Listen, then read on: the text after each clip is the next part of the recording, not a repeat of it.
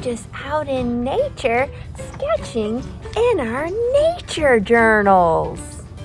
We like to draw and sketch things. What's your favorite thing to sketch, Violet? I like sketching leaves like this one, and I also like to sketch sticker balls like these. Oh, yes, the liquid amber sticker balls are pretty cool. I love being out in nature and sketching what I see. So do you guys like to sketch? I know Tony Foster makes sketches and notes of the things he finds around him.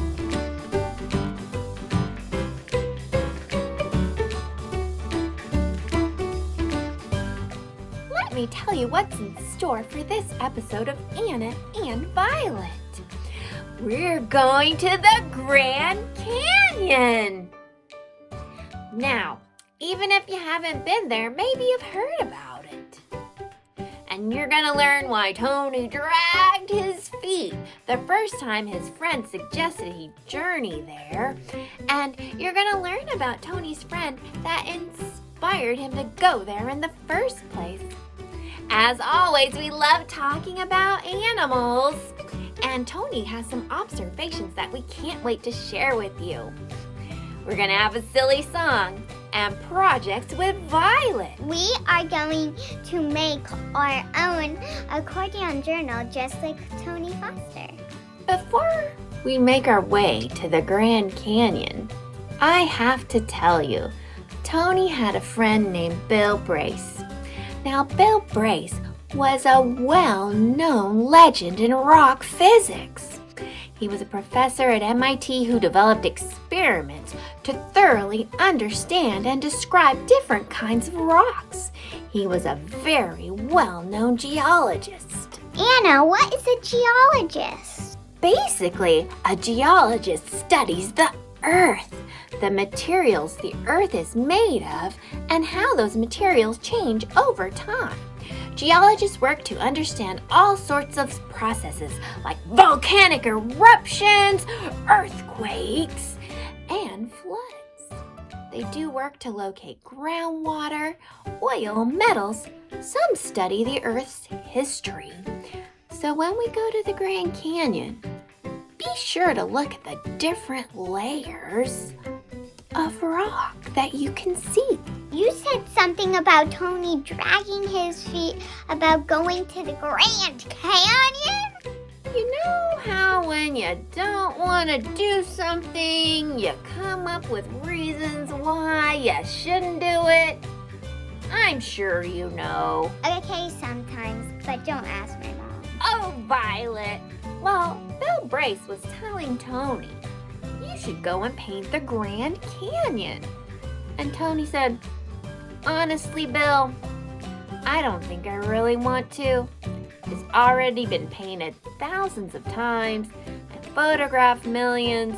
I can't believe there's anything new to say about the place. And Bill said to Tony, I tell you what, we'll do a scoping trip. And that means you get to visit it and see what it's like. Well, Bill said, we'll go on a scoping trip there, hike down into it, spend a couple days. I'll front your expenses. And if you don't like it, you don't have to pay me back. The trip involved spending a night laying on a big rock. I bet that was hard. In the pouring rain without a tent. And he didn't have enough time without rain to paint a fully resolved watercolor painting. Tony wasn't comfortable and he wasn't pleased with his painting. But even with all the trip's challenges, Tony realized the beauty of the Grand Canyon with its ever-changing light and shadows. It was an eye-opening experience that Tony was grateful for. He has explored and painted the Grand Canyon many times over many years since that first trip. And Tony chose to include the Grand Canyon as a location in his exploring beauty journey. Not only because it is now one of his favorite places, but to honor his longtime friend, Bill Brace. Geologist, Tony's traveling companion, guide, and good friend. are you ready to go explore the Grand Canyon? The Grand Canyon is located in Arizona.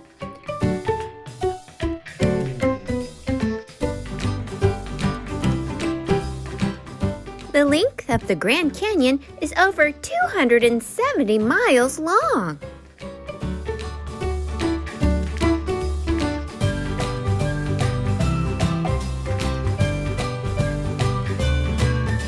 It's up to a mile deep and up to 18 miles wide.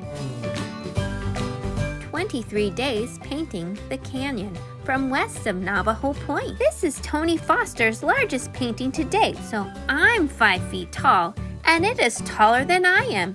It is 5.5 feet tall and 8 feet wide. What do you think about when you look at this painting? I feel very happy What makes it make you feel happy?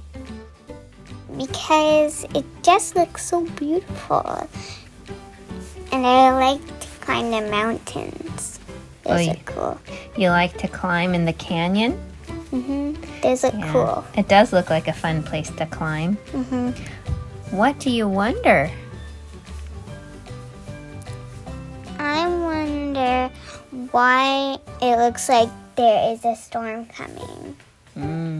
You know, one of Tony's things when he's painting, he always likes to sit and watch and wait for a storm to roll in or a really cool cloud formation. He really wants an interesting sky in his paintings. So I bet he sat and watched and waited for a storm to roll through. I see a very cool tree right there. Yeah, it's called a pinyon pine. It's one of my favorite trees. I like it because I like its like twisty design. Ooh, the twisty trunk and twisty branches. And I like that mountain on the side there too. It looks very cool. I like that you can see different layers in the canyon and the walls of the canyon. I like all the different colors, and I like that you can see a little tiny bit of the river. This part of the canyon looks like they're candy corns. Candy corns. The layers of the candy corn remind me of the layers in the canyon. Tony was able to use the Grand Canyon Museum as a reference to paint his souvenirs. My favorite souvenir is the butterfly. In his journal, May 31st, a hummingbird checks out my paint palette, particularly interested in the reds and yellows. And then June 1st, a lizard arrives each day at noon to inspect the painting. It executes a series of press-ups, as if in obeisance. So kind of like push-ups. I take this as approval. So there were animals in the canyon. I wonder about the creatures who live in the Grand Canyon. Hummingbirds. Despite their popularity, they are not studied as much as other bird families. The characteristics that make hummingbirds so fascinating are what also make them challenging to study.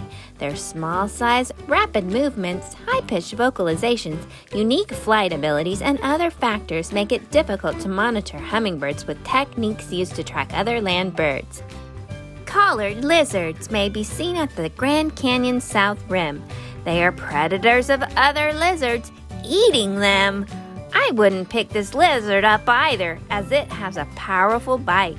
Collared lizards can run upright, up to 16 miles per hour. Ringtails, or as some call them, a miner's cat. They are Arizona's state mammal. Ringtails are a common but rarely seen animal in the Grand Canyon.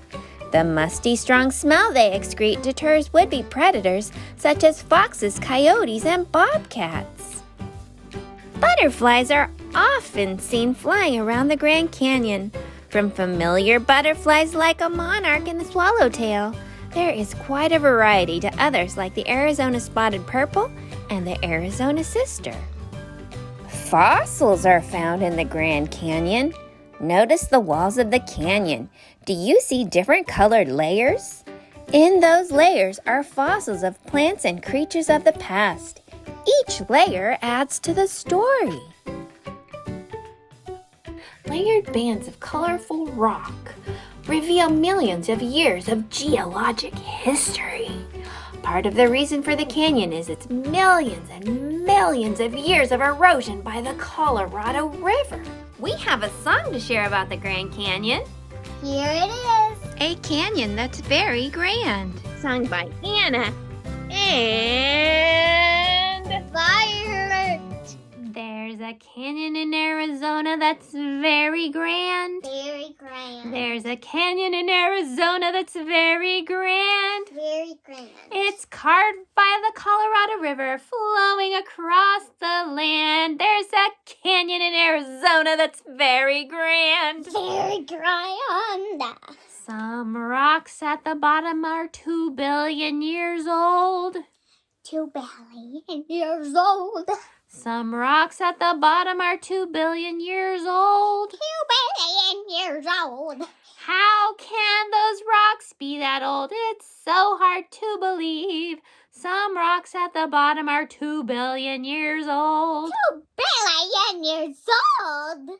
The layers of the canyon wall share many secrets. Many secrets. The layers of the canyon wall share many secrets. Many secrets. They tell a story of a 5 to 6 million year history. The layers of the canyon wall share many secrets. Many secrets. In the rock layers you may see some fossils. See some fossils. In the rock layers you may see some fossils. See some fossils. Layers tell a history that geologists can read. In the rock layers you may see some fossils. See some fossils.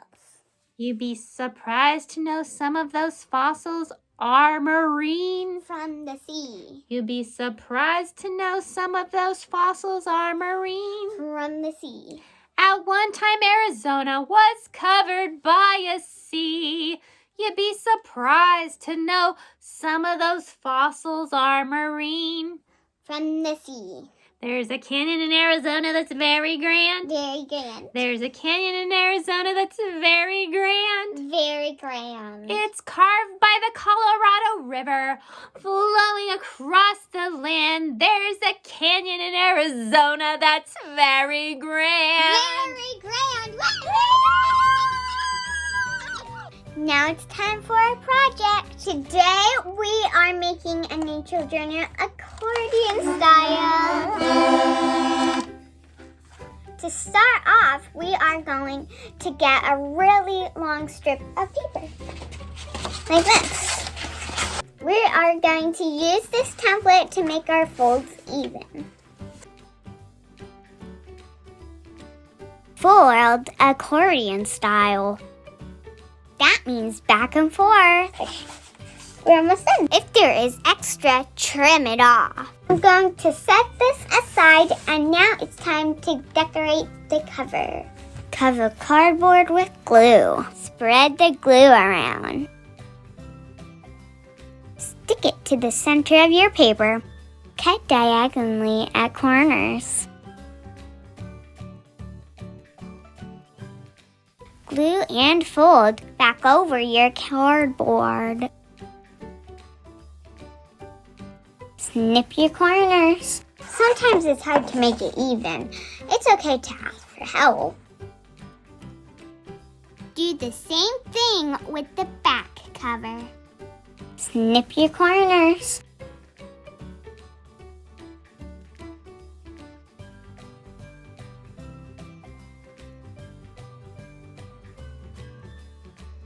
Fold your ribbon in half so you can find the center.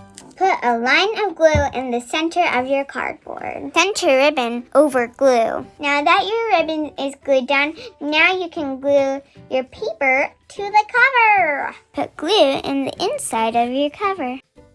Center folded paper and press the seal. Spread the glue around. Center cover over folded paper. Now we wait for the glue to dry. Here it is, your very own nature journal. Wow, Violet, that nature journal is so fun. It really shows off your personality. There's a moose ribbon and some bright birds. You want to share it with our friends? Super cool. It's very cool. I love that nature journal. You mind if I open it up real quick? Okay, let's see. Here's the accordion. And I see she has a sketch in there. Are you gonna fill it out, Violet? Yeah, and I'm going to, when I run out, I'm going to build another one. And then when I run out of that one, I'm going to build another one. It goes on forever. We have a nature journal artist on our hands. And if you all would like to make a nature journal like Miss Violet over here, go to www.thefoster.org/Anna and Violet. Yeah. We're so glad you were able to travel with us to the Grand Canyon. It was so much fun. We can't wait for you to be with us again. Who knows where we'll end up next? It's anyone's guess. We could visit rock formations or a beautiful beach. Another mountain or a fantastic forest. See you next time! Thanks for joining us on our journey. Don't forget to like and subscribe and visit www.thefoster.org.